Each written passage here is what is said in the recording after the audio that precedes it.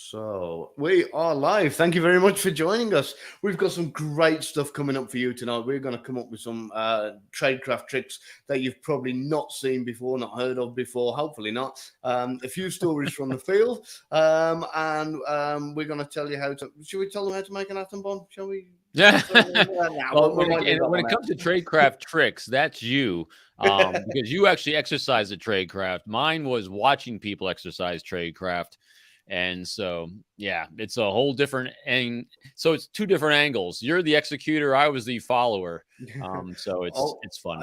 I've done both roles. I've done the surveillance as well, and a lot of the times the surveillance. I know I've said this before. You need a particular mindset to be able to do surveillance, and I can see you doing it.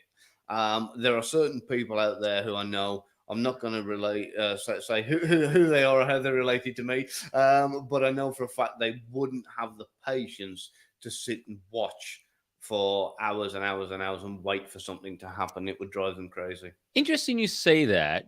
So, I mean, when I was doing these things live, when I was still with the FBI, that was many years ago.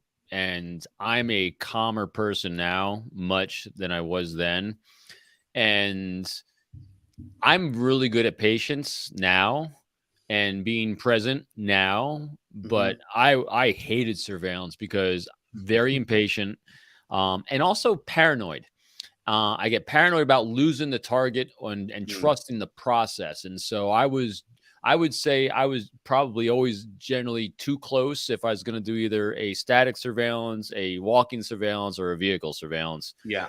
And besides, someone that actually is well trained, like if they're MI5, 6 case officers, these every time someone's using a surveillance detection route and going black, or whether they're just trying to do a black ops, a a dark art type thing, they're designed to be done in plain sight with surveillance on you, and they'll never be picked up. So yeah. Anyway. And it's like anything. I mean, it's like riding a bike for somebody who's never got on a bike before. Finding that perfect balance is really, really difficult. Because I know what you said. I went through exactly the same thing when I first started doing it. If you're too close, you're gonna get seen. And not only that, you're aware you're too close, which gives you away more than anything, because people can see it in you. They can see that kind of look of looking, I'm a bit too close to this guy. And if you're too far away, you've then got the disadvantage of, if they turn a corner or go somewhere or do something unexpected, you haven't got enough time to react or catch them up.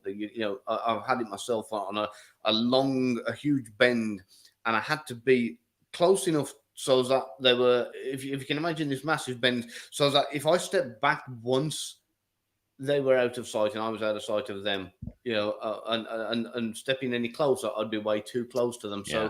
So, it's getting that balance is absolutely spot on. Anyway, sorry, go on. I was just saying, anyway, I see we got a large group of people that are filtering in. So let's give everyone a welcome, a hey, and a little bit of context about what we're talking about, because we're talking about tradecraft, and actually what we're talking about is surveillance detection routes. We're talking about executing a process in order to do an operational act that requires us to be either do those things in plain sight or do those things without any surveillance on us. So with that, Gavin, why don't you say hi and introduce yourself? Okay, then. Thank you, Robin. I got way ahead of myself there. I'm glad to hear we were just getting into the conversation. So yeah, I'm Gavin Stone, former civil servant for the British Ministry of Defence. I've worked in the security and intelligence industry around about 20 years, mostly as a freelance contractor. I've done a mixture of jobs, everything from covert surveillance, close protection, human intelligence gathering, and everything else. And since leaving, I did become a trainer and instructor for a while, but I've also now become a best-selling author of my book, How to Tell If Someone Is Lying, and I've also got my debut novel, which has come out recently as well, called The Unforgiven Spy. So that's a quick one on my quick hi to everybody in the crowd. I haven't got time to call out everybody's names, but thank you to all the regulars for coming in. Thank you to anybody new. If you are new here and you like what's coming and you're enjoying what you're seeing, please hit the like and subscribe button. It really does help. Thank you so much. I'm trying to get over the 1,000. And if I'm over the 1,000 when you see this, still don't let that deter you. Dang, I was Over looking to for you, your Robin. book, Gavin. I apologize. I have all my books right there. My name's Robin Dreeke, and host of Forged by Trust podcast, former Marine, spy recruiter. I ran the FBI counterintelligence behavioral analysis program, 3 books, blah, blah, blah. And retired a number of years ago. And so tonight we're talking about tradecraft, and we're talking about and there's lots of different types of tradecraft. My job inside the Bureau for my entire career was recruiting spies. My primary thing was recruiting and spies. Spies is a term I only used after I retired because no one inside the organizations calls them spies. They're intelligence officers. My job was to recruit foreign intelligence officers, mostly from Russia, but I worked China, I worked Iran, all the big bad guys in the world. But in doing that job, you utilize a lot of tools and traits in tradecraft. And a lot of times you'll use surveillance. A lot of times we covered a lot of double agent operations that the Russians thought that they were in control of, but actually we were. And those are the higher level ones where it's a clandestine source will travel to a site maybe once or twice a year. They'll use all sorts of surveillance detection routes to clean themselves of our surveillance. They'll do the fake rocks. They'll do signals. Covered all that stuff. Funny stories with those things along the way. And then you have the Jack Barskys, the deep undercovers, and the operations they did using one-time pads, using HF radio with encryption. So all these things, yes, they completely exist. They are real, and they're still going on today because human interaction is human interaction, regardless whether you have technology or not. I'm getting a reoccurring thing pop up here in the comments. So it starts with Alicia. Sorry, no, I've clicked on Blah, the blah, wrong blah. one there when I started. But a couple of times, everybody wants to know about the gadgets. So what I'm going to, everybody loves the gadgets. I'm going to dispel a couple of myths to start with, but then I am going to get to the gadgety type stuff, which you will definitely love. I've got some crackers coming up that I'll share with you. What I need you to know to start with, because operating in a home country and operating in a foreign country are really, really, really different. So, Linda Rawlins just asked me to define tradecraft. So, Yep, good idea. Do you want to jump in on that one, Robin? How about you go on that one, and then I'll fill in if you want, or vice versa. Sure. So basically, it's the tricks of the trade and the training given to spies is probably the shortest version. And when I say spies, I'm going to say this throughout the night, like what Robin said. The term spy is actually generally used wrong. The spy is actually the person that the case officer recruits, and they're usually somebody who works within the government or for a foreign country. So, but most people, when you think of a spy, you think of James Bond. So, for the ease of conversation, when we say that the word spy tonight, that's what we're talking about. We're talking about people working in our industry. So yeah, the gadgets. Right. What I'm going to do is I'm going to try and establish something that we call over here BIC, which stands for bought in country, and what that means is if we got kitted out with loads of gadgets, imagine I've got a suitcase which has got all these fancy gadgets in, a watch filled with TNT, and a cigarette dart gun, and all the fancy things you've seen in the movies, and I land in some foreign country, and I'm going through airport security, and can you imagine how the interview would go, whatever cover story I've got, saying I'm a civil engineer or something, and they go, so, do most civil engineers carry a dart gun cigarette case, and what is there explosives in your watch, and why do you have X-ray specs in your suitcase? So you can't really rely on these things. It's something that you are told to only have access to what civilians have access to. So what we're taught is to obtain whatever we need in the country we're in. Because again, even that itself, I could take something from here, from the UK, which I could go over to a foreign country and they have a completely different version of a thing. And they'll say, well, why would you bring that with you? I mean, just something as simple. A lot of people don't realize something as simple as baking soda. Baking soda in the United States, we can't get that over here. We've got baking powder and we've got bicarbonate of soda. And they're two completely different things and completely different to baking soda, and you can't get it over here. So, so you could take something, but again, imagine, I get stopped by the officials and they say, well, why have you brought 3 cases of baking soda with you? Right. So you need to look, can I get it in the country and operate with what you can get with. Frankly, I've got to open the suitcase a special way. Yeah, hidden compartments are all well and good. Yes, they are used in certain things, but again, it's only a layer of security in comparison to kind of. So it's not something you'd be relying on. 100%. Gavin, there's so many different ways that Tradecraft is utilized that, and like you said, if a intelligence officer, spy, or whatever is caught with spy paraphernalia, as we call it, they're done. They're going to jail because that's now evidence in any country that's going to prosecute you. So you always want to go with as little as possible. And I mean, matter of fact, it was funny for years. We use burner phones in the bureau just as much as drug traffickers. I mean, we just had burner phones left and right that we gave to sources that we used. We used them for operations. I mean, upstairs, it was fun. My son, I mean, and I retired years ago. I actually had 2 burner phones that are still sitting upstairs in a box, and my son's cell phone had died on him, and we were out of town. And I told him where to go to get my burner phone. He could actually just initiate and use it. Here, an interesting, just talk about real life scenarios. Think about this, because this is real. We had recruited an intelligence officer, and we had tried to give this high level intelligence officer, spy, or, working inside a diplomatic establishment, spy gear, like the little mini cameras that you can use, and, to put things on microfiche and this sort of thing. Told him how to actually try to give him training on how to stand above a toilet so he could bring classified documents into a toilet to take them and get the right angle. And he threw it out. He said, I can't use this because if I change because here's the thing, if you're going to use spy gear will change your behavior. Yeah. If you change your behavior, because this is what we're all about, is understanding and baselining human behavior and what normal looks like. And so what each person that I ever worked with did, they figured out how to take the documents that they were trying to exfiltrate to us, and they literally hand copied them. And their excuse to their coworkers was, I'm just taking notes. They would then take their notes, and we actually would do something really simple, like take their suit jacket and sew a secret pocket into it so they could secrete their notes into that pocket.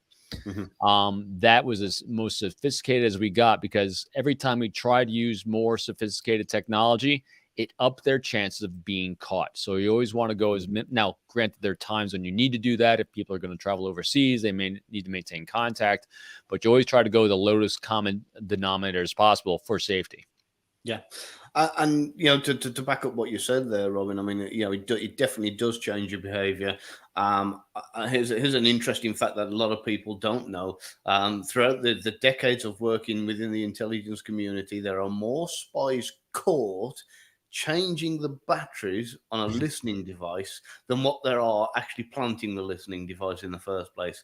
And the reason for that is people get complacent. People do it once, they've got that familiar. The very first time they do it, they're really, really nervous. They're really overcautious with absolutely everything. They've probably got a backup story in place. They've probably thought about all the ins and outs and everything else, and they do it. When they've done it a second time, it's like, oh, got away with it twice now. 3 and 4 times, eventually they get so comfortable with it that they just end up walking into somewhere, and that's when they get caught unscrewing the bottom of something and changing the batteries or that kind of thing. So, because yes, these things do have a limited lifespan unless you've got it hardwired into something or whatever else. So that was an interesting little fact there that I don't know whether many people were aware of or not. But yeah, like I said, going back to the gadgets, a lot of the time we have to rely on what we can get in the country or what we've got access to as a civilian. And again, a lot of what we call the EDC or the everyday carry is I mean, I got my EDC, which goes with me everywhere, every day anyway. So nothing changes. I've got the same kind of gear on me all around the world, within reason, obviously, in a country where it's permitted to carry a pistol, and I will, and things like that. So, but obviously that changes from country because to country. it is literally the littlest things that can give you away to a well-trained Customs and Border Patrol officer. Great example. Years ago, we actually, on a rare case, because most of the time when we're going to catch someone committing espionage that is actually a literally high-level spy for foreign intelligence service, the only way you get them is by recruitment. You actually recruited someone inside that actually is knowledgeable about them, that actually gave them up to you. That is 99% of where our spy catching comes from, is someone that gave them up, because the tools and techniques are really foolproof because they're designed that way. But like you said, when people get lazy, that's when they get caught. We caught one coming across, because typically people love using foreign countries, like using Mexico City. It's a hotbed for spies, kind of like the United Nations is. And so this individual was coming back into the United States through Texas, and he flew in, and luckily he got sloppy. He had what's called pocket litter in his pockets. And the pocket litter was, he actually had the directions and a surveillance detection route written down on a piece of paper. And he had a few other things on there that looked really suspicious to the Customs and Border Patrol guy, because this guy's behavior was spiked out of the norm, because he was doing something that created stress and anxiety in his life. So because the astute Border Patrol guy pulled him over and then untucked his pockets, and all this weird stuff pulled out, he had a briefing by counterintelligence people and said, that looks like pocket litter. They detained him, and yeah, no kidding, he was a Russian spy. Wow. Rare, very rare. But that's why we don't carry pocket litter.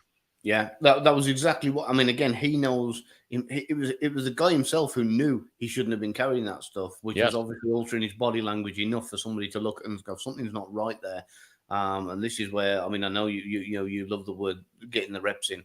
This is where getting the reps in really, really counts. And again, that whole confidence can be really built up if you've got a credible backstory. And I've seen a lot of things go wrong where, when people first go on these operations, assignments, whatever you want to call them, missions, whatever, they have their backstory in place. They have everything in place, from the correct kind of pocket litter to back up their story, the right IDs, the right everything. And then again, what happens is, and it happens a lot, because the first time they're very, very much like, okay, I got away with that. They get complacent again and again. Sometimes start carrying 2 sets of ID, or just forget to go the extra mile to get, and they're getting a little bit sloppy. So when they do get pulled over, they haven't got their backstory in place, or they haven't rehearsed what they're going to say this time, or something's outdated, and they get caught out, and that's when they get well and truly. I'm trying to think of the right word, but the reality TV hits the fan. Yeah, Aaron Chase just asked a good question. Do you have to have a front with your friends and neighbors so they don't know what you did for work? I'll take that one first. Go for it. Only because there's many times when I first came, it was kind of mind blowing for me. So I get assigned. I didn't come into the FBI knowing what I was going to do. I came in the FBI right from the Marine Corps. I had no idea what the world of counterintelligence was. When I got to New York City, I was lucky enough that I met some folks that kind of recruited me, said, hey, come on our squad. And I found out about it. I loved it to death. It was amazing. But interestingly, when you aren't really briefed on what you can and can't do, say or not say, you default to it's a secret world that you can't share. And that's until a senior guy came by my house. I was very secretive about telling people what I did, and I worked for the Department of Justice, and I wasn't, because you don't know. You think you have to be this way.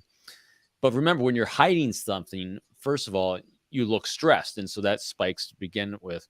And so here I am thinking I had to live this really secret life and not share with people that I worked in this world of counterintelligence and everything. And then we had a senior guy on my squad come by our house. And I remember, it was so funny. My parents were over, and it's when my kids, I don't even think my son was born yet. My daughter is really small. And this guy comes by, my parents there. And so my parents started asking him about what we did. He wouldn't shut up. He just kept telling all these stories of all the spy recruitment ops we were doing and all the Tradecraft and everything. My parents, their jaws are on the ground, and they looked at me and says, how come you've never told us this? I said, I guess I'm allowed to. I mean, it was really, so it's always a balancing act, because here's why. And it depends on the kind of service you're in. If you're in say you're a James Bond, a 00, or an MI6 person, or in a CIA for us, and you're deployed overseas, your job is to discreetly, covertly collect intelligence information from that country. That requires a lot of secrecy. A lot of times all the time you're in some sort of cover position, whether you're an official or unofficial cover. And so that requires a huge amount of secrecy.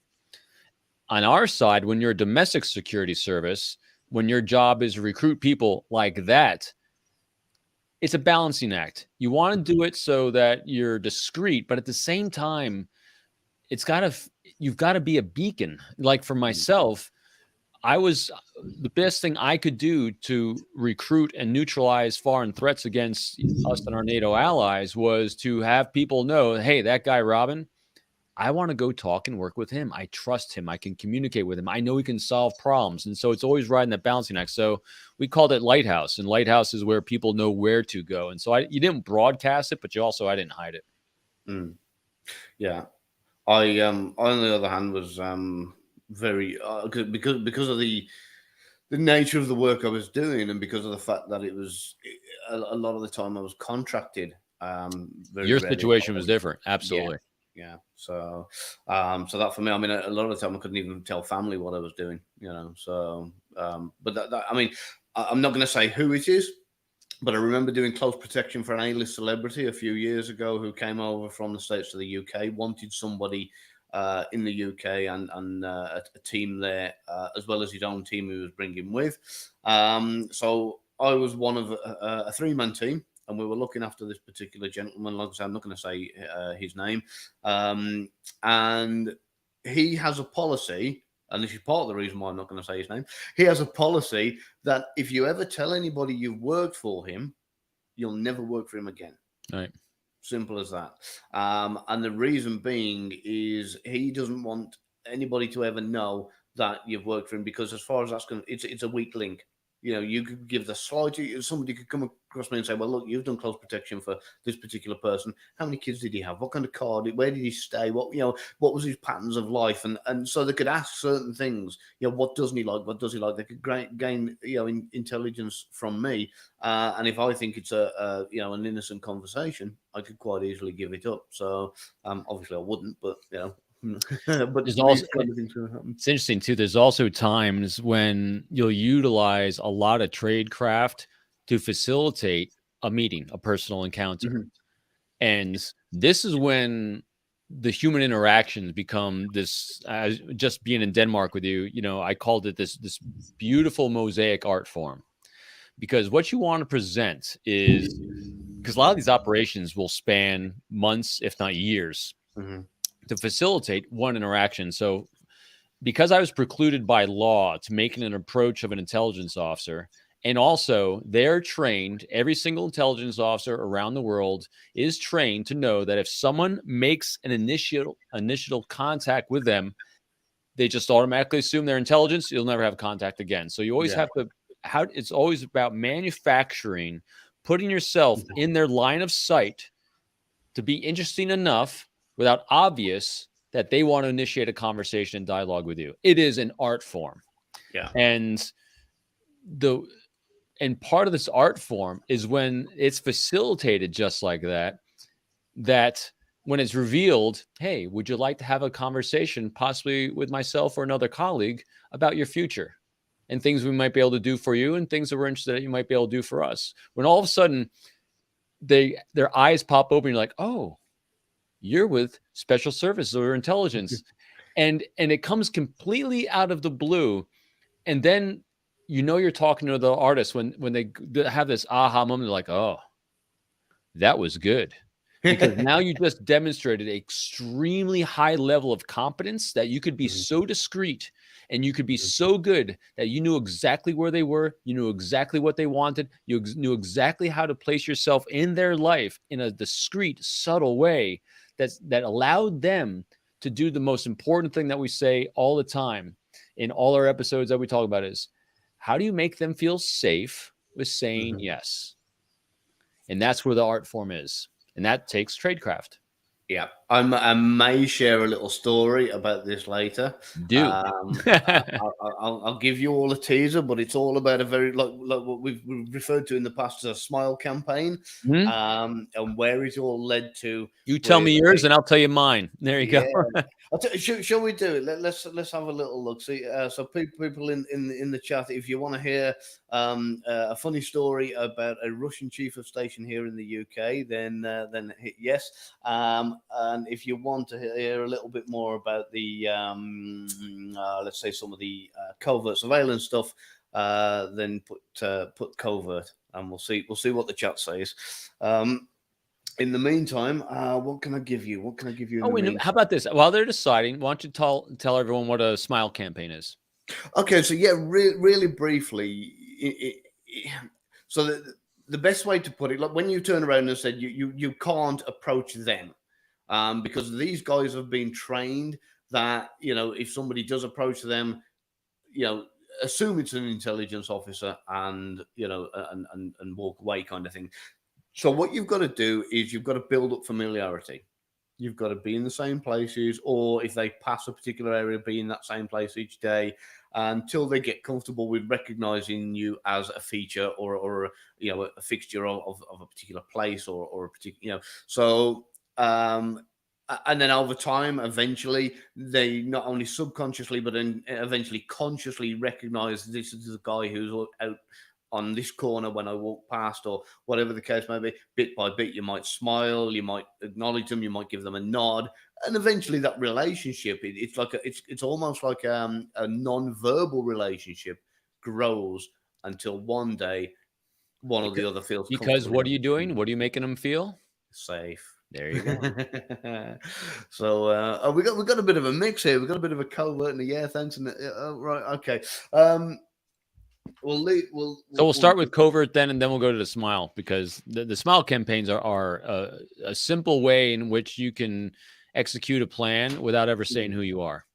Yeah. And people, and so it's literally you are non-verbally saying exactly who you are with exactly what you want, especially when you work with, like in my case, the U.S. State Department never would allow us. They would always protest us, saying who we are. We could never walk up to someone and say, "Hey, I'm with the FBI. Do you want to cooperate?" or the U.S. government, or anything else. So how do you say all that without ever saying that, so that people understand the message? So, but anyway, talk about covert stuff.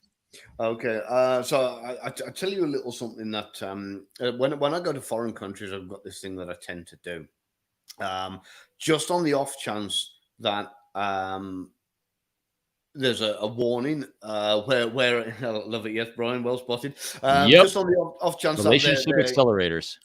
yeah, if they've got a heads up that I'm coming and there's any suspicion, which I mean, if I'm doing my job properly, there shouldn't be. But at the end of the day, you can go to some countries, and if they know you're American or they know they're English, straight away they'll go, right, watch this guy. It's just an automatic thing. So one of the things that I'll do, I'll book the hotel, and sometimes I'll do it when I get there. Sometimes I'll do it in advance. And I have been known some occasions to switch the hotel at the last minute. Yep. Okay. And the reason being is because there's possibly, if they know I'm coming, lots of recording devices in the room or in the rooms either side listening in. So that's one thing. If I don't want to switch the hotel, I'll do what I recently did on a trip there, which I'm going to mention our hotel in a minute. On a trip I recently did, and I switched rooms, and I did it in the guise of an upgrade. I got a free upgrade. I was chatting to the guy on reception and built a bit of rapport. And by the time I'd gone from getting my passport out to getting my room key, I'd got a free upgrade in a different room. So that was one thing they're doing. And again, it's not a definitive layer of security, and it doesn't mean you won't be watched. It doesn't mean the other room won't be bugged or compromised in some way, but it does mean that that you've cut the chances slightly. Now, usually, depending on what type of a hotel, I'll never go above, like, say, the third or fourth floor. For several reasons, and it depends on if you're in a hostile country. Some of these hotels have got big concrete walls around the bottom of it, and all sorts of gardens and things around the bottom, so they can't get to the bottom floors if they've got something as crazy as a rocket launcher. So they're looking mid floors up. And then the other side of things, on the flip side, is if there is a fire in the hotel, a lot of the modern equipment, a lot of these fire engines with the ladders and that kind of thing, they only go up to 120 feet, which is about, four, maybe at a push, 5 stories. So again, if you need to get out that way, or worst case, you need to jump or find a way to jump in, there might be something to land on, or someone if you're lucky. So these are all little things. And then the final little tradecraft trick that I'll tell you about, and I'm going to bring up the hotel I stayed in recently for a reason. The final little tradecraft trick: whenever I go into a hotel, whenever I go abroad, I take a little rubber door wedge with me, the type of thing you can get from Dollar General, and just a cheap little thing that when I get to the hotel room of a night time, I'll close the door. I'll do 2 things. I'll wedge the rubber doorstop behind it, and again, it might just buy me a few valuable seconds if I need to kind of get out the window or something like that. And the other thing I'll do, I'll roll up a towel and I'll put it behind the handle, and I'll come back to the reason why I do that in a while. The reason I bring that up, the hotel we've recently stayed in Copenhagen, did you notice which way the doors opened? Everything opens in, not out. Yeah, the doors opened into the corridor instead of into the bedroom, didn't they? Completely Really backwards. crazy. So now the reason I roll the towel up and put behind the door, a lot of people don't realize all the hotels most of them around the world actually legally have to have a very small gap at the bottom of the door to let smoke out in the event of a fire. Now, that's all well and good for fire safety, but for guys like me, what an absolute brilliant opportunity. If I go to a room, now I know the CIA at the minute issue a lot of their intelligence officers a little card that literally opens pretty much any door that has, whether it's a little fob or a card or whatever else, and you can just touch it and it'll open the door. Absolutely amazing little bit of kit. I had to give mine back. Tried, but I couldn't keep it. But if you can't do that, there is an alternative, and that is where you improvise. And what I did last time I had to do it, I actually went into the corridor, and they've got this trunking that was on the ceiling, like this plastic that went from light to light all the way down, and I pulled off there's like a strip of cover on this trunking, and I cut it to the size I needed with a multi-tool that I'd got on me. I'd got a bit of gaffer tape around the end with some paracord, and what I did is I just fed it under the door, and I pulled the paracord. It bent the trunking up the other side of the door. I slid it across and then pulled the two, which pulled the handle down and opened the door up for me, which is just a really, really simple improvised device to be able to get into any hotel room, because they've all got the electronic lock on the front, but they can all be opened from the back really easy. There's loads of ways to do it. And see, this is why you get these really unusual job offers. Sometimes you just blow my mind, Gab. So the other things you can do in hotel rooms, if you don't want to break into them, I like the rubber door stopper idea. Something very common that I think is, I use this when we travel, especially since when we were over there on together, none of the hotels had safes, but you can also do it with safes. You want to trap the room. And that way you can kind of see if anyone's messing with your stuff. And it doesn't take a lot of sophistication. These little things right here make great traps. Oh, yeah. A piece of hair wrapped around a computer screen. I mean, a computer on keyboard, on the dial of a safe. Anything where you're actually going to leave something in a particular area in a particular way, so you know if someone's messed with it, is also very critical. I do that all the time. I'm not a huge Tradecraft guy because I'm kind of I'm just the human element guy. But I trap things a lot when I travel just to double secure, my feeling of confidence with what I'm doing and who's messing with my stuff. Yeah, no doubt. Gavin can do anything. All right. Yeah, go on. Sorry, you're trapping the room. Sorry, are you? Yeah, no, that was it. That's my Tradecraft for traveling. Oh, yeah. And there's so much more. I mean, there's everything from leaving a very lightly sprinkled talc puddle by the door that to step over. If you come back to your room and there's white footprints everywhere, you know exactly what's happened. There's a great app which is available on iPhones, not Samsung or Android, I don't believe, but iPhone have this thing called Phototrap, and you can take a picture of your desk, when you leave, when you come back, you take the same photo of your desk and it overlaps the two. And if all of a sudden your pen starts going, because it plays one, then plays the other with a second between, and you know that your stuff's being moved. So that goes into, we have a division inside the FBI called Flaps and Seals. Their skills, tools, and techniques for going in a place, it is an excruciatingly precise process of what they do, down to you bringing a vacuum with them if they're going into a carpeted home to take a picture of the carpet before they go in to actually match the patterns of the carpet and the last time it was vacuumed with footprints and everything else to make sure they match everything exactly when they exfiltrate themselves out. So yeah, Flaps and Seals, good stuff. That's the high level tradecraft stuff. Yeah. I mean that's even beyond the precision that I used to use. You know, for me, a lot of the time I use a lot of the crude stuff and get the job done. And by the time they've realised I've been in and done what I've got to do, it's too late.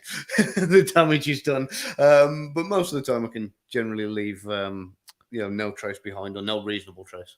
Yeah. And so let's see. Linda says, is it difficult to find the balance between entertaining us versus protecting the secrets of your profession? Linda, this is real simple with me.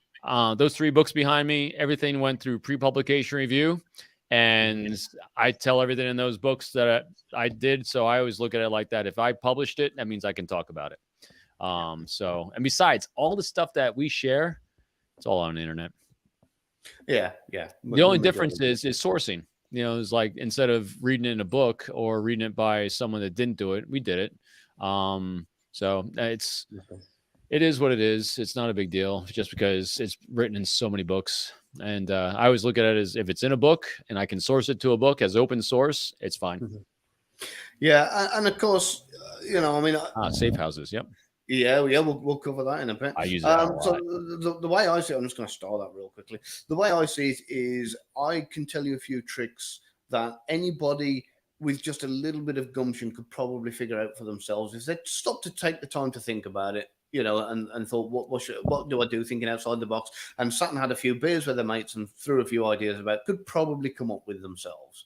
And providing I'm not putting anybody in any danger, and providing, I mean, don't get me wrong, that I can teach people how to bypass alarms and CCTV and steal cars and whatever else, but nobody's got any valid reason to want to do that, in my opinion. Right. So there could be some excuses, but when it comes to that kind of thing, no, I'm not really going to start telling people how to kind of steal cars and again, even a lot of that's on YouTube. So and it was interesting, and the tradecraft I was really exposed to was it was really fascinating because in the FBI you're monitoring it most of the time. A lot of times you're not the one doing it, and most of the time we're monitoring it because in order to do any kind of prosecution you have to have it on video. And we had it's a fascinating process to do that. And also technology for us was so difficult to get to utilize because it takes money and resources and a lot of approvals that we always defaulted to just get a human source. It's so much easier asking someone to do something or get someone to do something than it is to get a piece of technology to do it. That would fail on you anyway, and you couldn't get approvals to use it. So I always looked at the working inside the Bureau, working counterintelligence as, you got the 5 senses. And if you lose one, you get really good at the other ones. Like if you lose your sense of sight, your sense of touch, smell, and hearing goes up. Well, for us, all of our senses were completely muted except the one sense of human interaction. And so we tended to really focus on that sense. To go up on any kind of technical surveillance on anyone was so challenging. The Constitution of the United States is extremely well written to protect individual rights that like Gavin as a private citizen in the United States would be able to do so much more than us inside the government. Unbelievable. So I actually used to do a one-day tradecraft. It was like a bit of a course thing, seminar thing, where I'd teach a little bit of all sorts. I do a little bit of escape and evasion, and I'd do like a practical theory. And what I used to do some basic lock picking stuff and basic lock bypassing stuff, just for a bit of fun, really. So I'd teach people how to bypass certain locks and pick certain locks. And then what I do a theory section where after they've learned all about how to pick locks and get into buildings and bypass alarms and get past the CCTV and all of that, I'd get, right, here's your file. Here's your mission. We want you to get into this building. Here's a blueprint. This is everything we've got intelligence-wise on the building. We would need a file out of this room. How are you going to do it? And everybody would come up with the same, with everything they've just learned. They'd say, "Oh, I'd get through the fence this way. I'd shut down the cameras that way. I'd do this. I'd do that. I'd do the other." Everybody missed. I only ever had one guy who got it right, and the one bit in it that everybody missed was the fact that the cleaner had access to every single room, and she's already in there. You already those Yeah. are the ones to go for. You go for Oh yeah. you go for the underpaid, underappreciated workers that are taking care of facilities. Number one, always go for Mhm. them. Yeah, and of course, like I said, one guy, he was really, really great. In fact, he did a few things right on that particular day. I've got some starred messages lining up here. I'm going to get to some of the questions in a minute. Yeah. So yeah, so that was it. And like what Robin said there, it's all right looking at these government officials and these high ranking officers and that kind of thing. But sometimes when you need something from a building, if it is just a file or a photograph of something or information from within the building, you don't have to break into the building to get it when there's somebody in there already that can bring it out to you, or a copy of it. So 100%.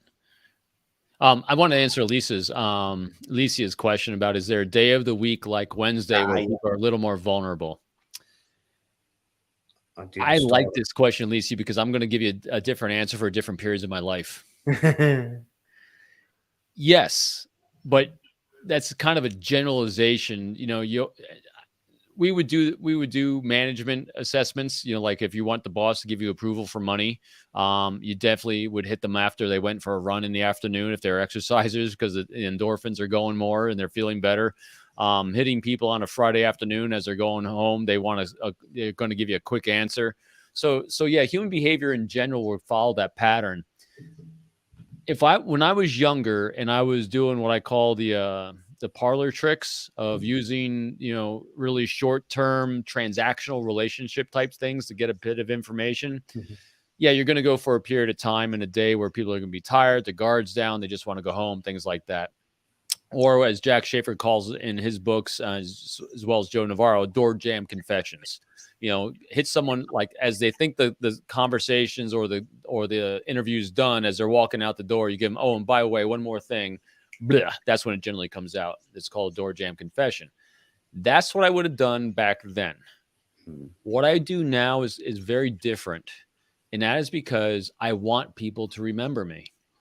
Because I'm putting so much effort now into forging trust and making people feel safe, I don't want them to forget who I am and who made them feel that way.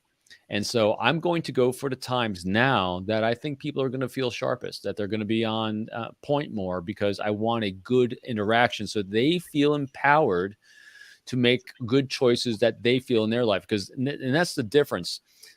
I don't feel like I have to take advantage of anyone or a situation now. Back then, I might have felt that way, because training says that. We got to use levers of influence. We have to manipulate people. We have to think of terms of vulnerabilities when dealing with people. I don't think that way at all.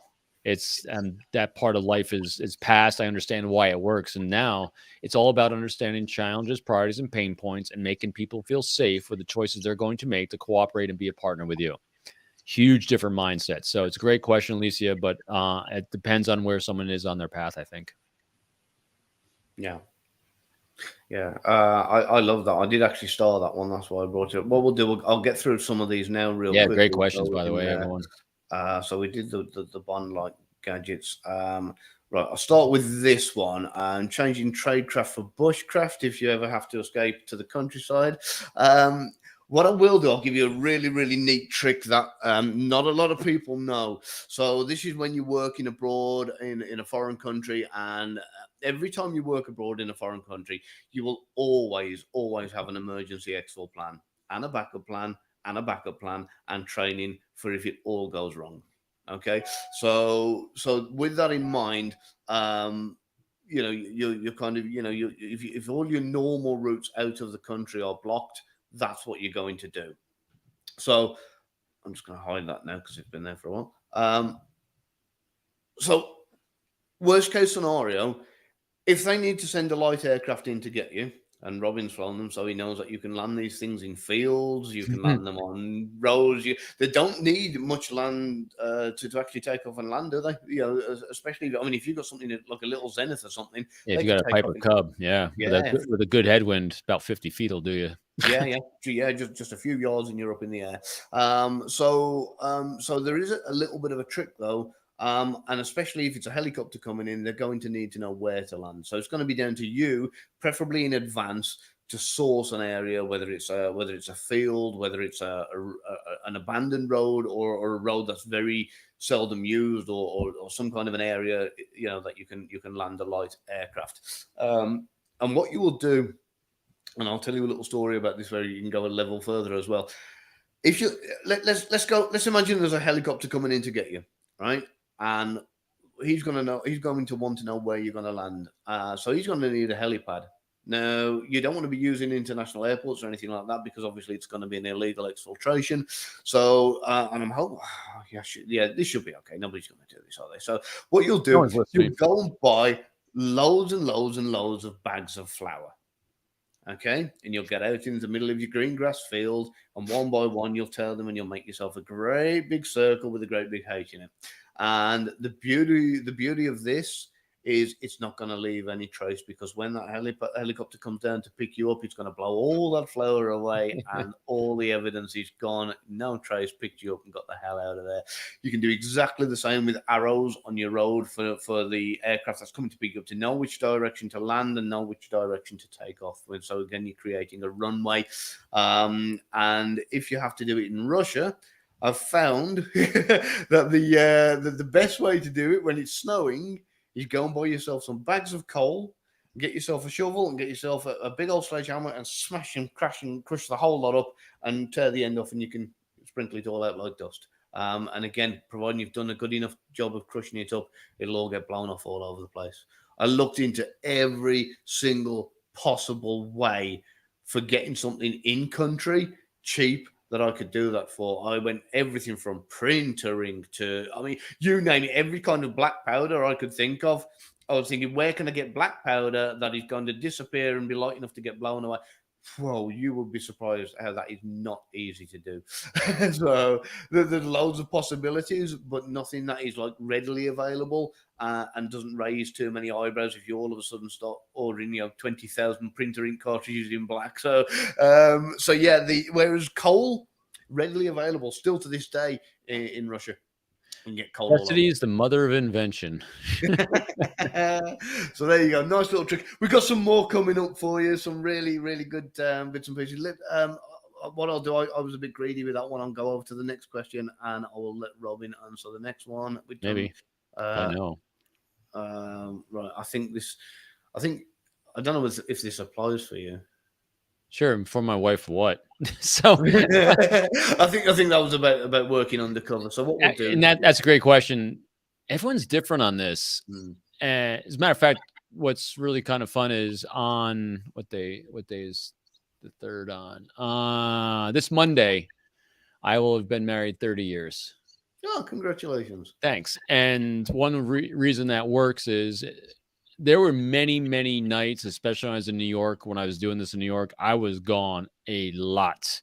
And I mean, it was crazy the amount of hours I was, especially I did a lot of undercover work in New York. And that in order to have a healthy marriage, they got to know. And they don't have to know names, dates, and details, but just having a really good understanding of what you're doing when you're not home, helping her with 2 young toddlers. That's important. And so I told her as much as she wanted to know to feel comfortable and to make her feel safe. And she knew what I did, that my job was, recruiting spies and national security. She knew, we had a very transparent relationships with people on my squad. I mean, we're all friends. We all did the same thing. They shared that, what you find is that the more casual you are about what you do, in the sense of you don't get amped up and you don't change your behavior at home from who you are all the time, they're not going to get ramped up either, because it was just, it's funny. And everyone was kind of commenting in the beginning, Robin, I go blah, blah, blah. Yeah, it's my job. That's why I kind of dismiss it, because it was what I did. It was my job just to do these things. So I just like this. Okay, it's not a big deal. It was my job. So my wife was the same way about it. So we were fine with it. Other people, if you get secretive and you make them feel unsafe, it's going to make them feel unsafe in a lot of areas of life. And if you're starting to hide things and that becomes a pattern, then you're in for some challenges. And our relationship's always been based on good, open communication and transparency, which is a bedrock for everything for us. So that long answer. So thank you for the question. No, I know from a different angle here for everybody. Before I was with my wife, I remember getting into a relationship. First date, she's like, "So, what do you do?" And I thought, "Do I tell her or do I not?" So I decided to go out on a limb and told her some of it, and ghosted. Never saw her again. She thought it was a fruitcake. Okay, so the second time I was like, kind of, okay, I'll tell her, I'll work in security. So that was what I did. She thought I was in it, wearing a blue woolly jumper and looking after a building site or something, I suppose, which I have done as well. So I told her I work in security, and then in time I kind of said, look, there's actually a bit more to it than just security. It's not the kind of security you're thinking. It's more like national. Then I got the whole kind of, oh, well, you've been lying to me all this time. We ended up splitting up. And then, so the third time I tried being a bit more direct with it, but with less details. That didn't work out too well either. So with my wife and with now, it was a very gradual thing. It was very kind of, yeah. And also the difference too is I got married. I got married just as I got in the Marine Corps, and I was in the Marine Corps 5 years. Then I went in the FBI. So my wife and I had been married like 5-6 years before I even came in the FBI. So she was with me the entire time as we kind of did all these things together. And she actually applied to the FBI before I did. And I got in before she did. We had kids, and so that kind of shifted that way. Alicia had a good question about panic rooms or plans for things. Yeah. I guarantee you mine is not nearly as extensive as Gavin's going to share with you, because I just know Gavin.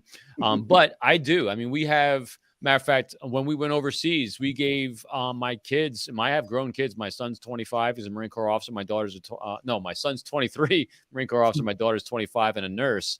We gave them passwords and paroles, as we call them, a statement and a challenge and a response that they're supposed to give in case we get overseas and someone wants to take advantage and say, hey, your parents are locked up in jail, send this money or else, kind of thing. So we actually had these things set up in our own house.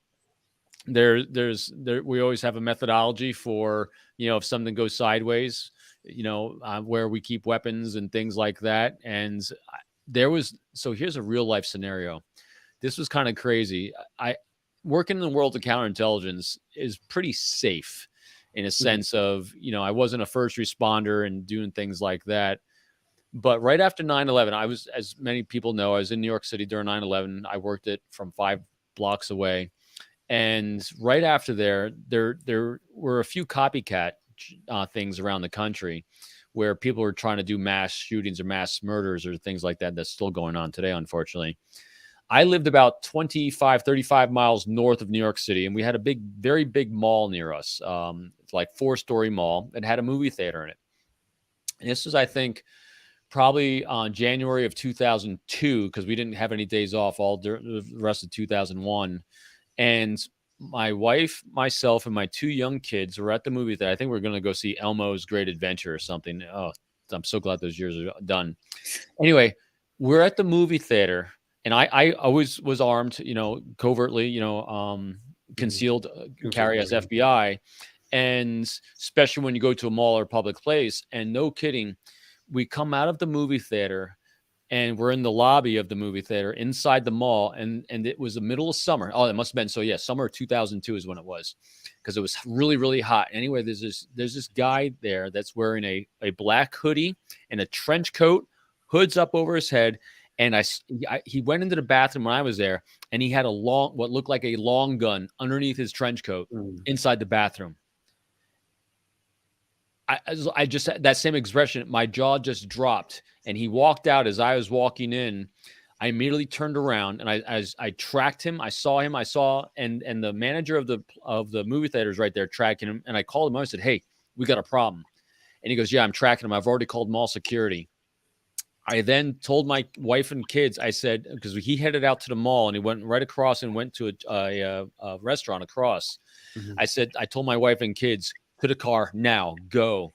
And there's big pillars that were, stanchions out there. I literally lined up behind one of them, weapon still on. I didn't take it out. And I just observing this guy sitting by himself in this restaurant and thinking to myself, I'm, trying to get a good angle with cover. That is the only time my entire career I thought I was going to have to shoot someone. And right then, the police department, the guys that worked the mall came up and they're armed. So this local, and I called them over and there's 3 of them. I said, he's in there. I said, yeah, we see him. We're tracking him. And they went and confronted him. And what it wound up being was this: he had a fake gun under his trench coat. And they did some research. He was doing a timing exercise.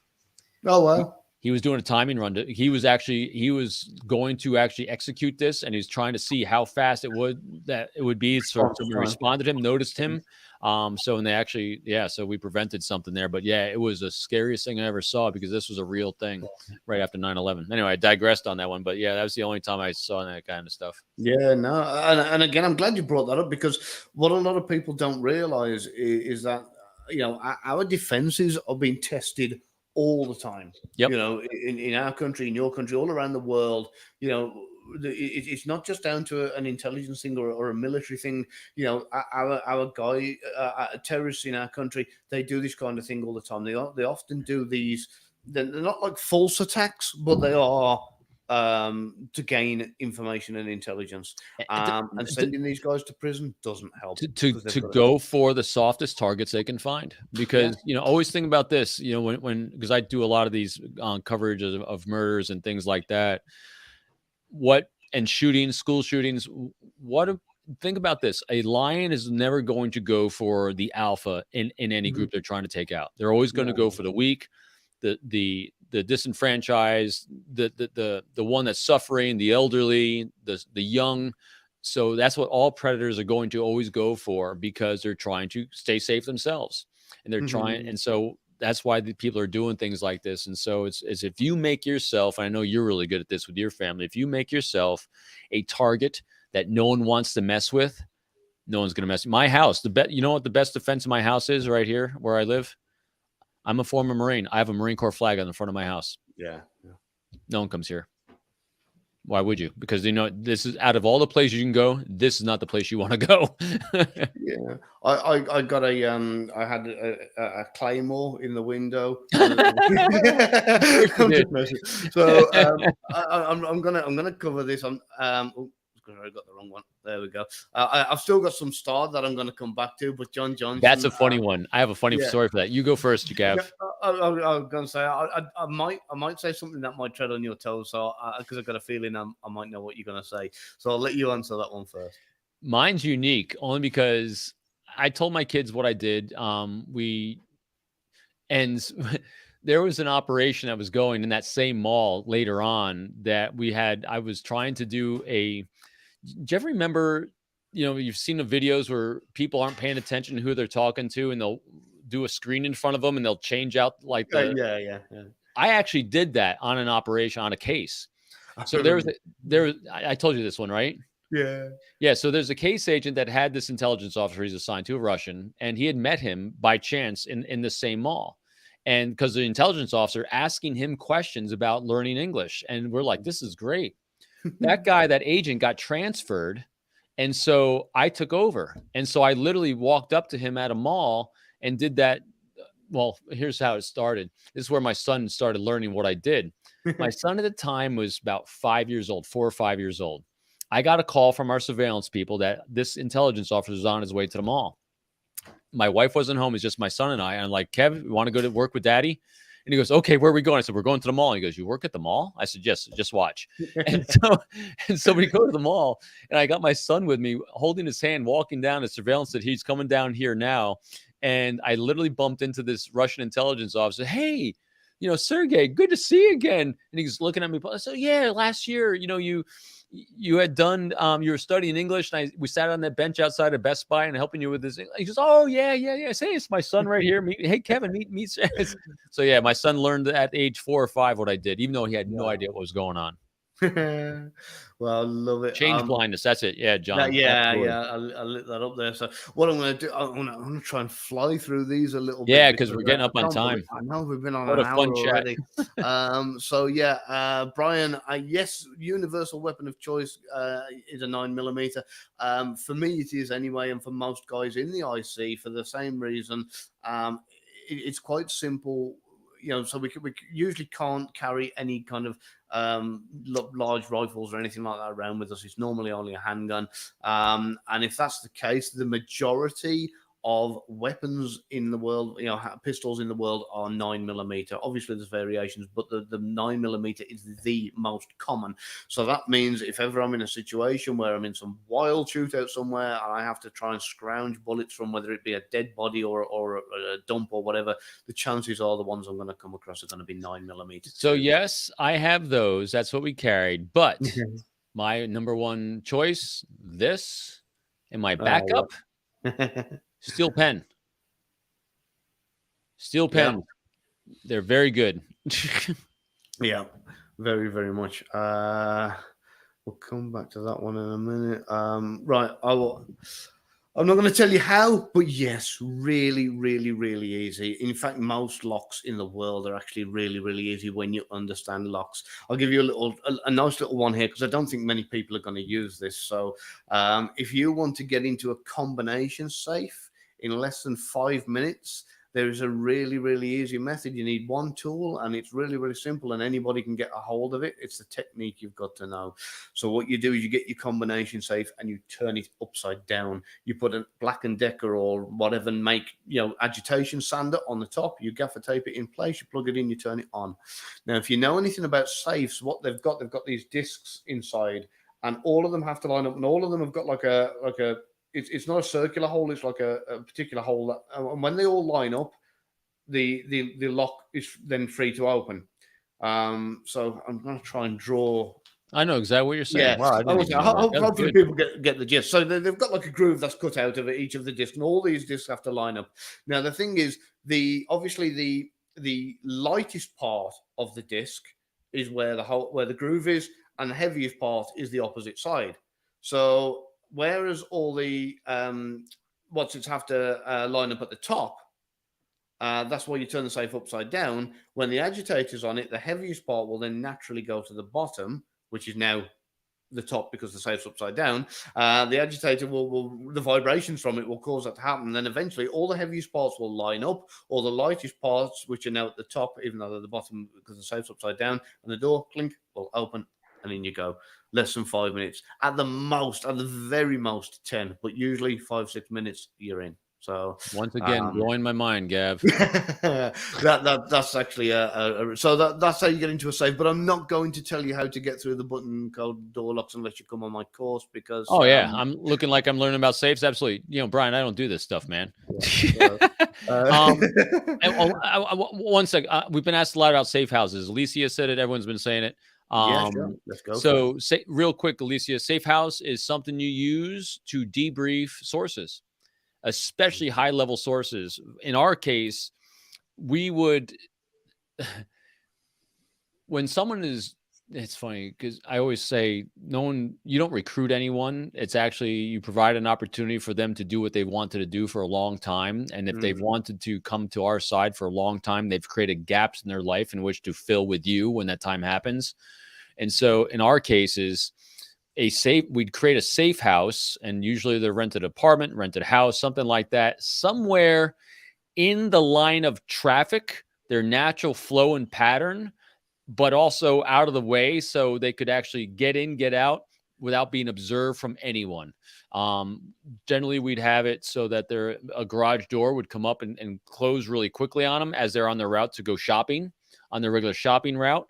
And then either we'd take the same car and continue on the route to kind of hide the fact, or we just went shopping for them. So a safe house is basically a place where we did debriefings for a period of time, and we chose them typically in locations that they could get to as part of their natural pattern of life, so they wouldn't look, so it wouldn't look like they did anything like they were doing.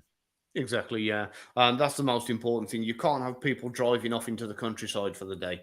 Right. If it doesn't marry up with what they normally do. So you would generally pick somewhere where you can link up, and like what Brian says here, I know this because I've told him before. Generally, a nice big hotel. The bigger the better. Lots of Usually like exits. 4 or 5 star. And what you will do, you want it all prearranged. So you've used the dead drop for them to get any room keys and that kind of thing. Preferably one where they can drive into an underground garage or something to park their vehicle up. One that has an elevator straight from the garage to get to the floor they need to get to, and they've already got the key card to get them in the room. A little trickier for everybody. So if you press and hold, when you get into the elevator, the doors open, you get in. Press and hold the door closed button and the floor you want to get off at, and hold it until the doors have closed and the elevator has started to move, and then let them go, and it will take you to your floor unimpeded. So it won't stop off at the lobby or anywhere on the way up. I learned this working in close protection because it was a way to get the principal to their floor and to their room without anybody. The last thing you want is you protecting somebody and the kind of doors of your elevator ping open on the lobby, and there's a bunch of whoever I'm just there. looking for your book again, Gav, because your Tradecraft stuff in your book is all this craziness you do. You're nuts. Yeah. So there's You blow my mind all the time. Oh man, too many years. So we can get rid of the safe houses one now. All right, I like this one from Caroline, who said, "Very ingenious Tradecraft stuff, but do you guys constantly put a fix in your kitchen cupboard and sorting out the toilet flush at home, etc.?" When I have time. Yeah. I'm a YouTube commando.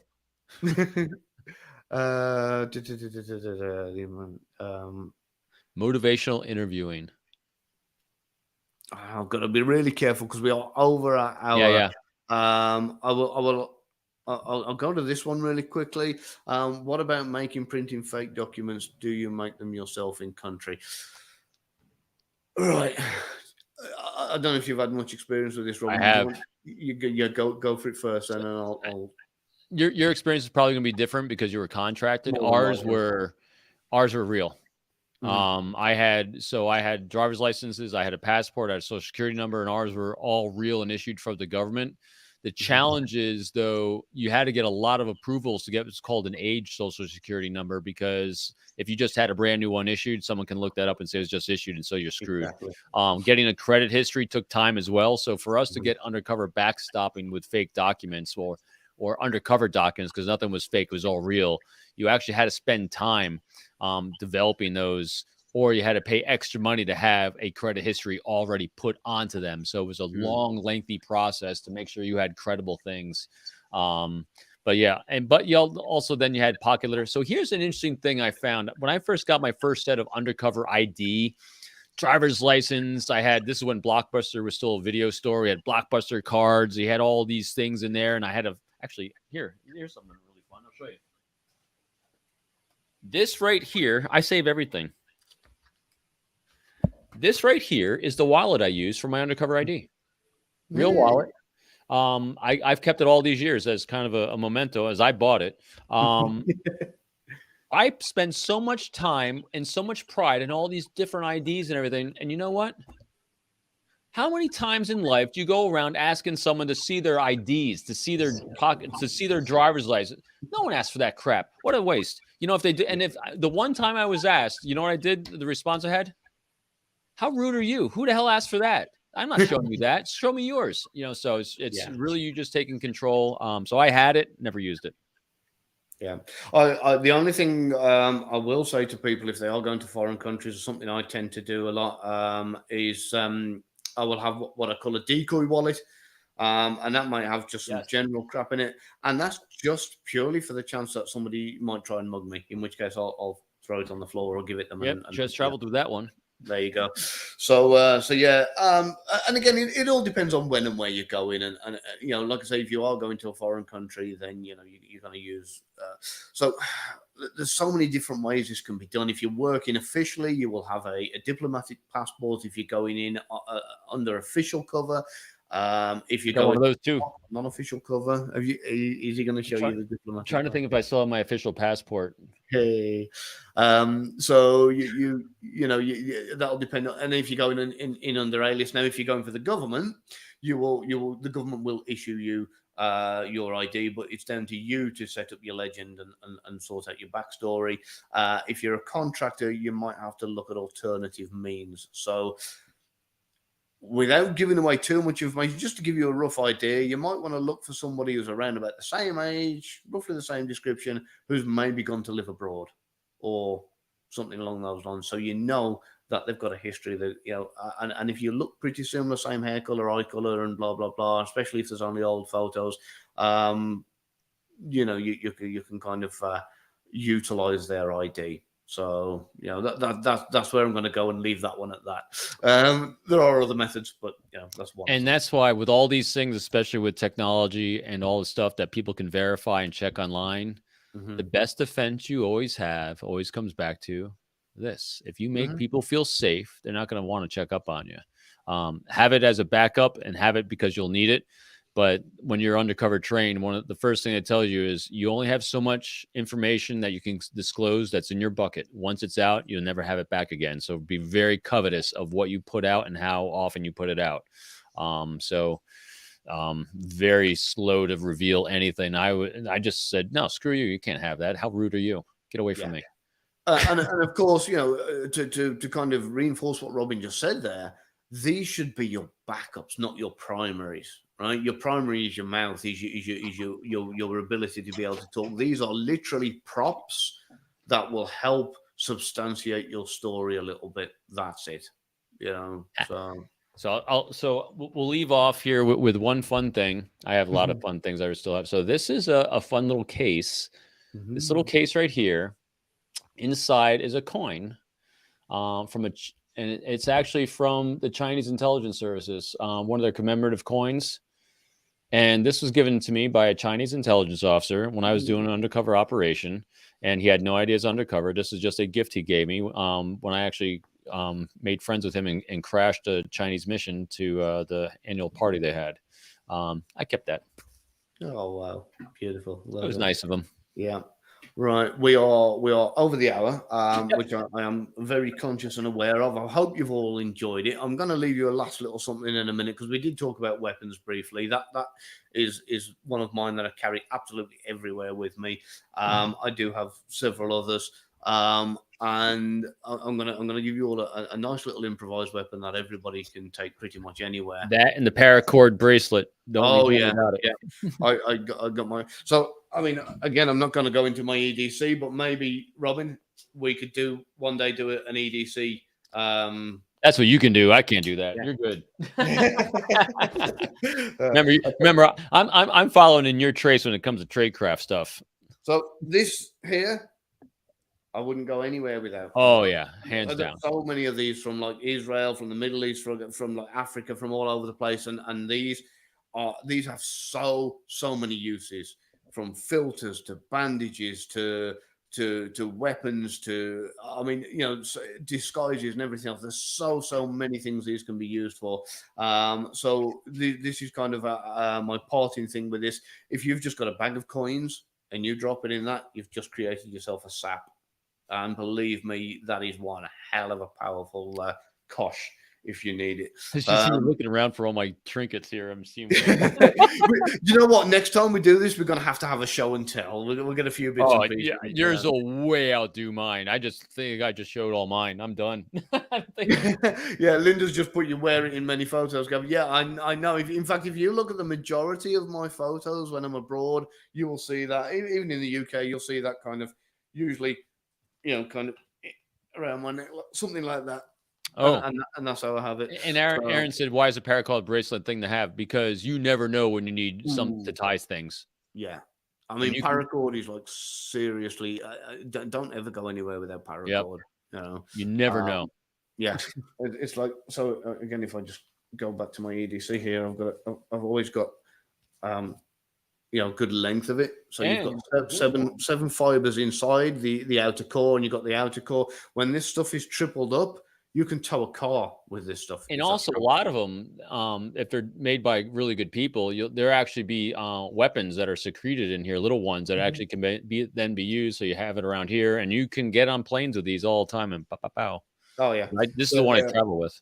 Yeah, they're so useful. Not only that, they're actually a great escape and evasion tool. Maybe one day I might cover how you can escape from many things with your paracord. Oh. And And John, this is what a paracord is. This, so basically it's a law enforcement military thing. They'll generally use these as bracelets. And that way they're given. And yet this is how many feet are on this thing? I mean, this is probably like 10. Is that a King Cobra design? Is it? So yeah, it's probably about something crazy like about 60. So when you unravel this, it'll be, and this is parachute cord. So like people parachute with this. That's how strong these lines are. And so what I do is mine goes on. This is my, and you probably saw me with this in Denmark. This is my travel on, and then what I do is it goes on. Always never travel without a carabiner. It goes on right on my carabiner, holding my my headset. Yeah. So I mean, we're definitely going to have to do an EDC session. We'll come back. If you want an EDC, please type it in the comments. Also, if you liked what you saw tonight and you want a part 2, please write part 2 in the comments as well. Well, I'm probably out. It's all Gavin next. No. I'm sure I'm sure we got plenty of fun stories, and we didn't do the Russian diplomat, so I'm going to. We'll do the Smile campaign. That was actually the very first recruitment attempt I actually ever tried. Was using a Smile campaign. Yeah, we'll do. Yep, escape EDC, brilliant. So I can't believe how fast that hour went. It was like exactly an hour and a quarter now. So yep. Part 2 to 6, somebody's put already. Linda, thank you. Brilliant. Yeah, thank you. You bet, John. Hey, and thanks everyone. What great questions tonight. Really well engaged. Thank you so much. It makes it so much more enjoyable for us all when everyone's having a good time, just sharing stories, asking questions, because it helps us too, because a lot of times we'll breeze over terminology or something, not realizing that, we're talking shop and realizing it. So thanks everyone. Great job. I'm sorry to the questions that I missed. I can't believe how fast time went. For next time, we're not going anywhere. Yeah, we've got a whole queue up. So we love the questions. I certainly love the involvement with everybody. So thank you for joining us. We've got a lot more stories to share, and I hope you all enjoyed it. We will see you all on the next one. Robin, quickly, your podcast. Oh yeah, Forged by Trust, the podcast, and don't forget every Mondays 3 p.m. is our watch party. 3 p.m. Eastern time here in the U.S. is our watch party. Coming up this week, really good one this week. Lou Diamond, he is the podcast host of Thrive Loud, a very, very big podcast. He's a guest on my show. I'm talking about his recent book, which I just read, this one called Speak Easy. So it's all about having a great conversation, great dialogue, not a big, thick read. Anyway, so he's on my show on Monday. And for anyone, my one shout out today, I very rarely do this. My one ask, for anyone that follows my podcast, I had a special Thursday release today for in honor of children battling childhood cancer. I work with a group that is the Jesse Reese Foundation, because we can't cure childhood cancer, but we can cure a bad day for a child battling cancer. And so that's what there. So check that out. Check that podcast out today, and go to the show link if you want to just donate $5 or join us at the Spyscape Museum in New York on May 18th. We're having a gala there, and that is all the artifacts from the spy world in New York City, if anyone's local. But again, if not, just go ahead and donate. Brilliant. Thank you to everybody who made it. Thank you as well, Caroline, for becoming a new subscriber. We will see you in 2 weeks' time. We'll be on TCG Tribe again as usual next week, where we are going to be talking about our exploits in Copenhagen. That's right. And then back here in 2 weeks' time, and we will probably have Lena with us. We'll see how it goes. If not, we will do you a part 2. We promise. Thank you, everybody, and all the best to you on the next one.